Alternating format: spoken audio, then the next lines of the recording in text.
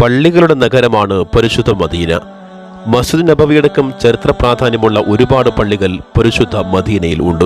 അവയിൽ പ്രധാനപ്പെട്ടതാണ് ഈ കാണുന്ന മസ്ജിദു അബൂബക്കർ സിദ്ദീഖ്. മസ്ജിദ് നബവിയുടെ പ്രധാന കവാടങ്ങളിലൊന്നായ ബാബുസലാമിൽ നിന്ന് 500 മീറ്റർ അകലെ സ്ഥിതി ചെയ്യുന്ന മസ്ജിദുൽ ഗമാമയുടെ തൊട്ടടുത്ത് തന്നെയാണ് മസ്ജിദു അബൂബക്കർ സിദ്ദീഖ് സ്ഥിതി ചെയ്യുന്നത്. മഹാനായ റസൂൽ കരീം സ്വല്ലല്ലാഹു അലൈഹി വസല്ലമ തങ്ങളും ബഹുമാനപ്പെട്ട അബൂബക്കർ സിദ്ദീഖ് റളിയല്ലാഹു അൻഹുവും പെരുന്നാൾ നിസ്കാരത്തിന് നേതൃത്വം നൽകിയ സ്ഥലത്ത് പിൽക്കാലത്ത് നിർമ്മിക്കപ്പെട്ട പള്ളിയാണ് ഈ കാണുന്ന മസ്ജിദു അബൂബക്കർ സിദ്ദീഖ്. ബഹുമാനപ്പെട്ട ഉമർ ബിൻ അബ്ദുൽ അസീസ് റളിയല്ലാഹു അൻഹുവിന്റെ ഭരണകാലത്താണ് ഈ പള്ളിയടക്കം മദീനയിലെ പല പള്ളികളും നിർമ്മിക്കപ്പെടുന്നത്.